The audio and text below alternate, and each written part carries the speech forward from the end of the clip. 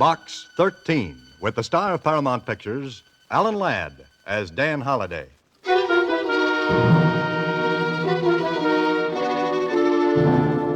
To Box 13, care of the Star Times. I am desperately in danger, I'm sure. I'm afraid to go to the police right now. So if you'll really go anyplace and do anything like your ad says. If you really go any place and do anything like your ad says, please meet me tomorrow at 6 in the evening at the corner of Gateway and Lakeview Boulevards. Constance McLean. You didn't know it then, but this was one time, Holiday, you had your work cut out for you.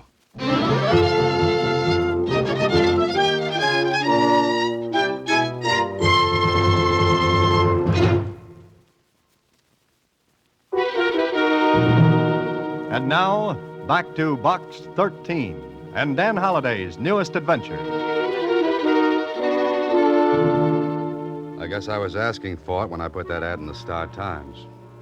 But I wasn't asking for what happened this time, and I don't want it again.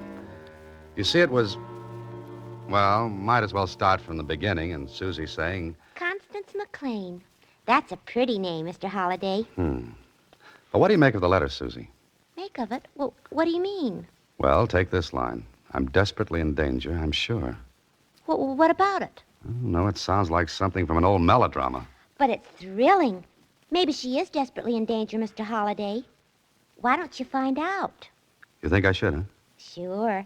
You'll be just like one of the old knight irritants. Knights errant, Susie. What's the difference? They both hunted for trouble, didn't they? Well, what's good enough for a knight errant is good enough for me. I'm sorry I can't oblige you by dashing off on a white charger and wearing a tin suit.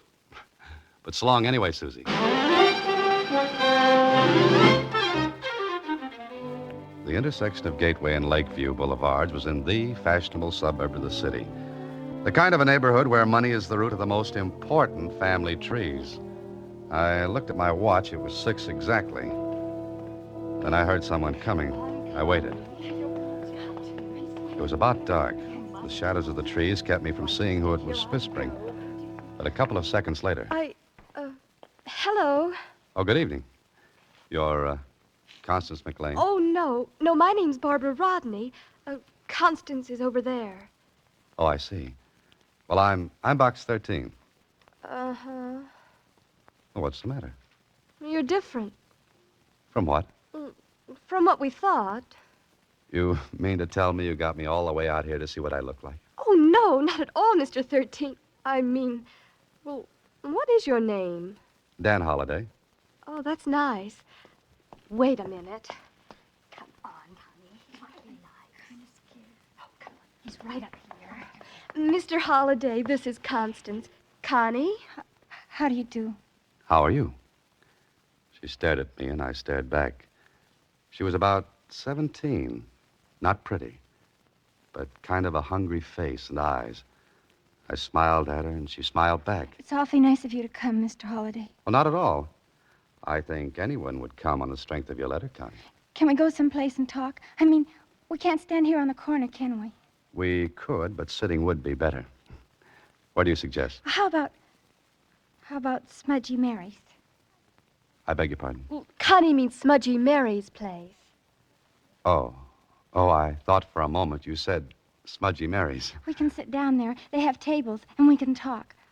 I've got to talk to you, Mr. Holliday. Just a minute, Connie. What kind of a place is this Smudgy Mary's? It's nice. They serve ice cream and sundaes and malts. Oh, well, swell. Let's go. Is it within walking distance, or do we go in my car? Well, we can walk, can't we, Connie? Well, if you think it's safe for me. Safe? What's the matter? We'll go in your car, Mr. Holliday.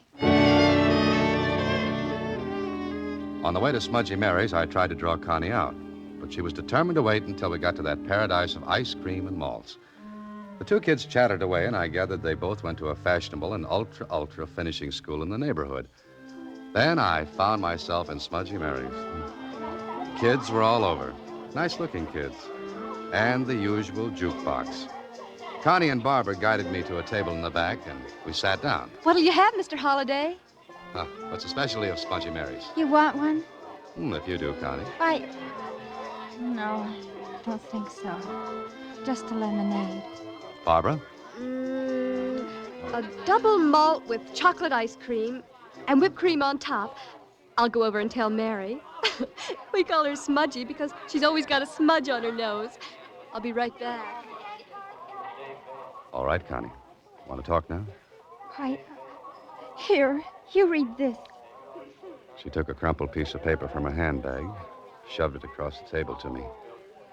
I opened it. There was a message that read, "If you don't get $1,000 from your parents, they'll never see you again." The letters were cut from magazine and newspaper print. I read it twice, then asked, "How did you get this, Connie?" It came to the school for me. When? Yesterday, just before I wrote the letter to you, Mr. Holliday. Who knows about this? Just Barbara. She's my best friend. Now you. All right, Connie. As soon as we leave here, we're going to the police. Oh, no, please. Please, Mr. Holliday, we mustn't. Why not? Oh, if I did, well, Mother would have to know. Don't you think she should? No, she mustn't. Why not? Well, she isn't well, Mr. Holliday. With something like this, it'd make her worse. But this is very serious, Connie. Then you help me. Now, look, Connie. You're not helping other girls who may be in your position someday. Let the person who wrote this get away with it this time, and he'll try it again. Mr. Holliday, if you go to the police, I'll kill myself. I stared hard at her. Her face was more hungry than ever, and her eyes were scared. Then Barbara came back with the orders. Well, here we are. I brought you a specialty, Mr. Holliday. Thanks, Barbara. Babs, Mr. Holliday wants to go to the police. Sit down, Barbara. Yes, sir. Now, Connie, have you anything else to tell me? Today someone called me on the phone. It was a man's voice. He said, I should have the money by the day after tomorrow or I'd be sorry. That's right, Mr. Holliday. I was there when the man called. Did you recognize his voice, Connie? No, I never heard it before, I'm sure. It had kind of an accent. Do you know anyone that speaks like that? No, I said I didn't recognize him.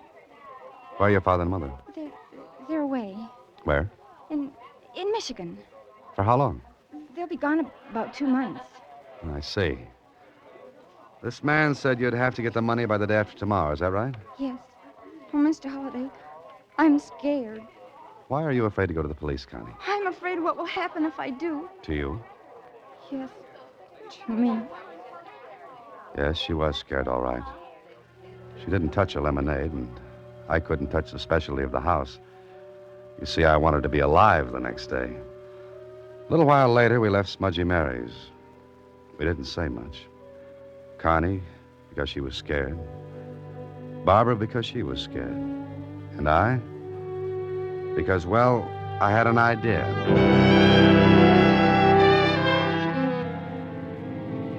It was after 8 when we pulled up in front of the school where they lived in the dormitory. Connie and Barbara got out of the car. What should I do, Mr. Holliday? You sure that man said day after tomorrow? Oh, yes, I know he did. All right, Connie, I'll do what I can. You'll help her, Mr. Holliday? Of course I will, Barbara. Now, you two run along. I'll wait till you get inside. Go on now. I don't know how to thank you. Don't try. Just take it easy and don't worry. All right. Good night, Mr. Holliday. Good night, Connie. Barbara. Good night. I watched them until they went in. I was about to close the car door and drive away when... Mr. Holliday! Oh, Mr. Holliday! That was Connie. It didn't take long to cover the distance to the dormitory entrance. Connie! Barbara! Mr. Holliday, look, it was under my door. This. Another letter. Give it to me quick. Oh, here comes Miss Ogilvy. She's head mistress. Oh, Please, Mr. Holliday, don't show her that letter. Please, don't tell. I don't know why I stuck that letter in my pocket. Maybe it was Connie's face. Absolute terror on it. But I rammed the letter in my pocket just as... And what does this mean? Please, Miss Ogilvy. And, sir, who are you? She looked at me, and I remembered my 5th grade school teacher. The one who didn't like me. I looked at Connie. There was a desperate, please don't tell look on her face. Barbara was as white as a sheet. I decided to be hung for a sheep as well as a lamb, Miss Ogilvy repeated. Well, sir, if you please. Girls, into your rooms. Yes, ma'am. I'm waiting, sir. I'm in the wrong house. Really? And for which house were you looking? The Smiths. Really? Where do they live? Not here, I guess. I hope you have an explanation. Well, I'm afraid I don't. Hmm. All right, I'm waiting for a streetcar. Will that do? May I have your name? If you'll just forget all about this, I'll go quietly home and lie down for a while. I'm afraid I shall have to ask you to stay. That's very kind of you, Miss Ogilvy, but I have a previous engagement. If you try to leave, I shall ring the alarm and the caretakers will stop you. All right. What do you want me to do? Nothing. But I'm going to call the police.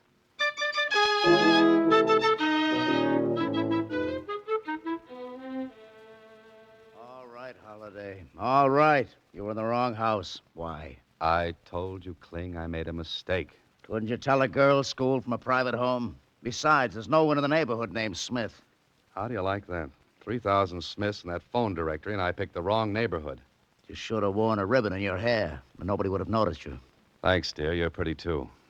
Listen, Miss Ogilvy preferred charges, trespassing, and a dozen other counts. She can make them stick. Kling, what if I said I had a good reason for being there, but I couldn't tell what it was? What would you say? The same thing I said 2 hours ago.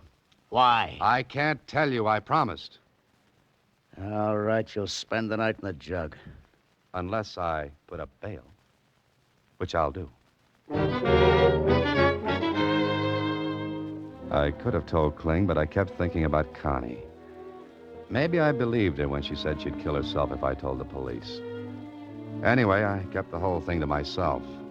The next morning, I went over the second letter she'd received. It read, "You have one more day to get the money from your parents." One more day. That meant today, and that was all. I did a lot of thinking, and it added up to something very, very strange. I was thinking about it when the phone rang, and Susie answered it. Hello? Yes, just a minute. Mr. Holliday, Lieutenant Kling wants to talk to you. Oh? Okay, Susie, thanks. Hello? Yeah? What? When did you hear that? Okay, I'll be right over. Mr. Holliday, what's the matter?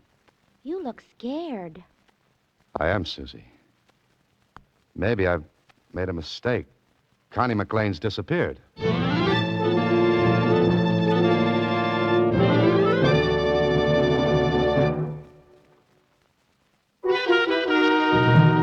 Now back to Damsel in Distress, another Box 13 adventure with Alan Ladd as Dan Holliday. Kling and I drove out to the school. He pondered at me to find out what I knew. I told him about the letter then. I had to. He was mad. I guess he had a right to be. At the school, we sat across from Miss Ogilvy and Barbara Rodney. All right, Miss Ogilvy. Let's hear what happened. Barbara, please tell us what you know. Well, I woke up this morning. Connie and I have the same room. We know that, Barbara. Yes, ma'am. Well, I looked across to Connie's bed. She wasn't there. What time was this, Barbara? When I woke up, about 7:30. And you looked everywhere for her? Oh, yes, Miss Ogilvy. What makes you think Connie disappeared? Constance has never been tardy for a class, Mr. Holliday. And I might ask what you know about this. Your actions last night Barbara, were will not... you leave, please? I'll talk to you later. Hey, Holiday, what's the idea? Please, Kling, I want to learn something. Is it all right, Miss Ogilvy? I suppose so. I'll be in my room.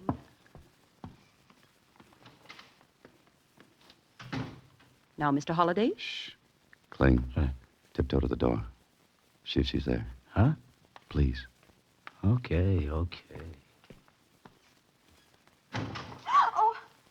I'm going. I'll be in my room. Well, that's strange. I never suspected Barbara would do a thing like that. What's on your so-called mind, Holiday? Some questions? Miss Ogilvy, do you know if Connie had many dates? Dates? Yes. Parties, dances. No, she didn't. Why? How about Barbara? Yes, They're very close to each other, aren't they? inseparable. But what is this leading to? I don't know yet. Now about Connie's mother and father. Yes? Do they come to see her often? Not very. They do a great deal of traveling. Uh-huh. Thanks, Miss Ogilvy. Now, Holiday, you through playing games? No, not yet. Miss Ogilvy, isn't there some sort of dance coming up soon? I think I saw a notice on the bulletin board as I came through. Yes, next week. But really, I don't see how questions like these are going to find Constance. Oh, Kling. Yeah? What now? You going to ask me to the dance? Look, Kling, I'll get Connie back here, and no one will know anything's happened if Miss Ogilvy will agree not to press the charges against me for last night. What? Miss Ogilvy, you know it wouldn't be good for the school if this got in the papers, would it? Not at all. Oh, great. The poor kid's disappeared. She got those letters, and you're worrying about the school. The letters gave her until tomorrow to get the money. All right, I've got all day. But I want to do this my way. Believe me, it's for Connie's sake. Well? Very well. I agree. All right with you, Kling? Oh, it has to be. Good. If I'm not back in 12 hours, bury me anyway. I was playing a hunch all the way to the finish line. If it worked, okay. If it didn't, then Dan Holliday was cooked like a hot dog at a barbecue. I had a couple of stops to make. The first one was at the Star-Times. There I asked Mona, the society editor, a few questions. The McLeans? Are they the ones, Dan? Uh-huh. They got a daughter, Constance. That's right. And $100 million or so. Where are they now? I can't tell offhand, but wait a minute. Back file should tell. The Riviera, not here. Nice, not here. Monte Carlo, not here. Mona, please drop the opera glasses and get to the McLeans. All right, Danny boy. Let's see. Here we are. Mr. and Mrs. Randolph McLean have left for an extended vacation in Florida. Florida? You sure that's not Michigan? Well, if it is, the Florida Chamber of Commerce is going to be awful mad. Did they return yet? No. You sure? Of course I'm sure. That's my job here, remember? Okay, Mona, thanks. I'll remember you at Christmas. Once a year is all I ask. So long. There was another stop to make. And strange as it may seem, it was to see a psychiatrist. Well, what he told me checked, but good. Then I made one more visit, this time to a telegraph office. I sent a wire to Connie's parents to charter a plane and come home at once. When that was done, I was all set except for one more little item. A long talk with Barbara. I got Miss Ogilvy's permission to take Barbara for a drive in my car. But, Mr. Holliday, why do you want to talk to me? Oh, maybe I just like to, Barbara. Where are we going? Is Smudgy Mary's open in the afternoon now? Yes. Okay. Let's you and I drop in for a lemonade or a malt. How about it? Well, I really got to get back to school. Miss Ogilvy said it was all right for you to come with me. Oh. You didn't hear Connie leave the room this morning, did you? No, I didn't. And you're sure you looked all over for her? Oh, yes, everywhere. Uh-huh. Well, here's Smudgy Mary's.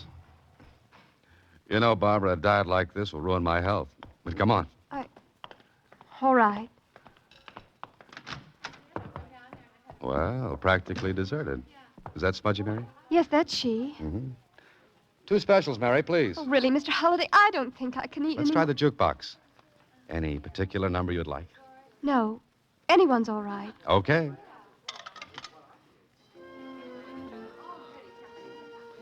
Come on, we'll take this table over here. What do you want to talk about? Connie, What about her? come on, Barbara. Why don't you tell me where she is? Well, because I don't know. I'll bet she's been kidnapped. Those awful letters. They said that if Those she... letters wouldn't have fooled a baby, Barbara. No kidnapper's going to ask for $1,000, not when the parents are worth millions. Well, maybe he was scared. Could be. But that second letter under the door last night, the kidnapper put it there? Well, he must have. Mm-hmm. Well, how did he get in? Well, I guess he sneaked in. Barbara, no kidnapper goes around in brightly lighted halls shoving threatening letters under doors. I don't know where she is. Barbara, please tell me.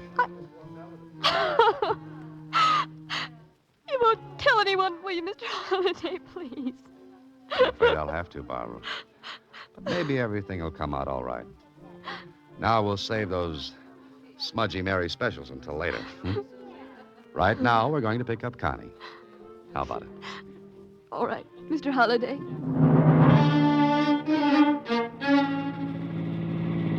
Barbara and I drove out into the country and up where the lake sits in the hills. There were a lot of cabins around. Barbara directed me to one, and I stopped the car. This it, Barbara? Yes. You wait here. I walked up the path, up the porch stairs. Tried the door. It was unlocked. Who? Mr. Holliday. Hello, Connie. How are you? It's all right now, Connie. It's all right. Come on. We'll get back to town. Sure, everything was all right. I drove the two girls back into town. They didn't say a word. I dropped them at the school and then had a long talk with Miss Ogilvy. It was later that night when Lieutenant Kling and I walked into the McLean home. Mr. and Mrs. McLean had called from the airport. They said they'd be home in a few minutes.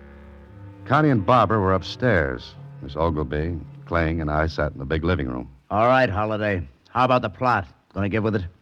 I think we'll wait for the McLeans, huh? There won't be anything in the papers, will there? That depends on Lieutenant Kling, Miss Ogilvy. Why me? Listen, I still don't know who pulled the snatch. Kling? Oh, I beg your pardon, Miss Ogilvy. What I mean By is... snatch, you mean kidnapping. Yeah, that's right. You talk English. Oh, that'll be the McLeans. Miss Ogilvy, would you mind getting the girls down here? Certainly, Mr. Holliday. Connie, Where's my daughter? Where is she? Mr. McLean, my name is Holliday. I sent you and your wife that wire this morning. Where is she? Is she all right? Yeah, she's all right. She's coming down to... Mother. Connie. Oh, darling. Oh, darling, Oh, it's so Mr. good to Holliday, see we're you. so I was grateful. worried. Let me I look can't at tell you how her. much. Uh-huh, well, we'll see. Connie, Yes, Mr. Holliday. would you and Barbara wait outside? We'll only be a minute in here. Yes, sir. Come on, Barbara. Who did it? Who kidnapped her? You did. You and your wife. What? Mr. Holliday. What are you talking about? You're insane. No, I'm not. Now, listen to me. You have a daughter, but no one would ever know it.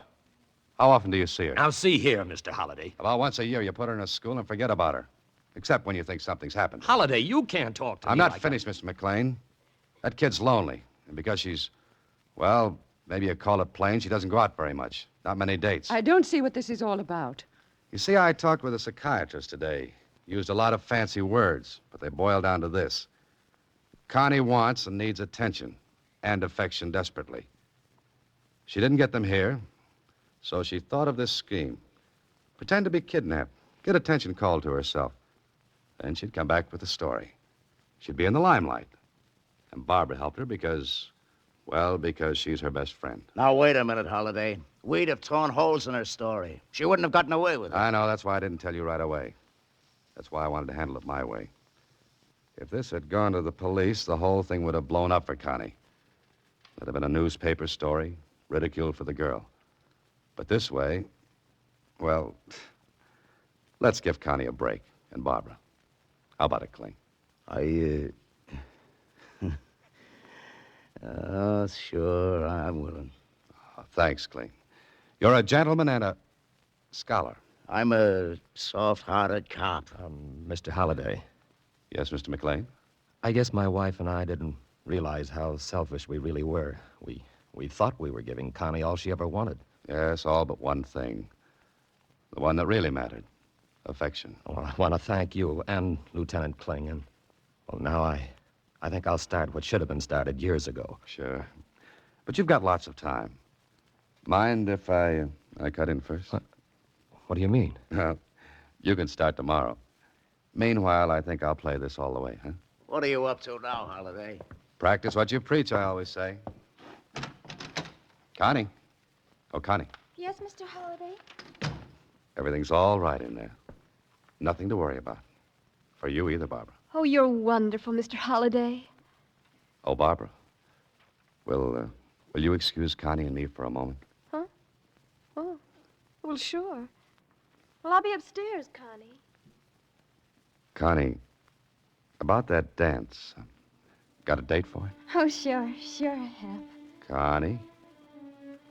Well, no, I haven't. Well, look, I'm just a little older than you are, and when I comb my hair and put on a tuxedo, I look like I've been in the stag line a bit too long, but do I get the date?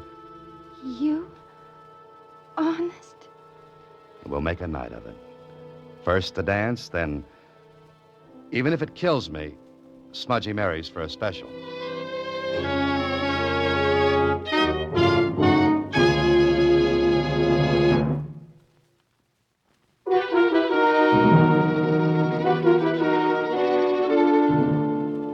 Did you have a good time at the dance, Mr. Holliday?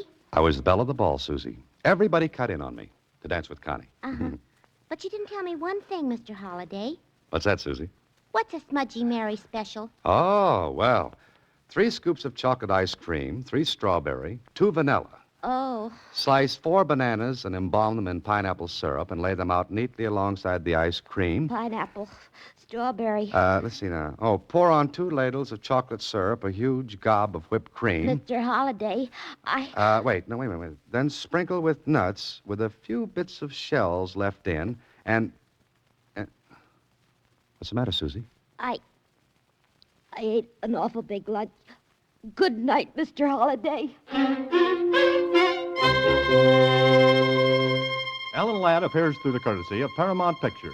Watch for him in his latest picture, Saigon.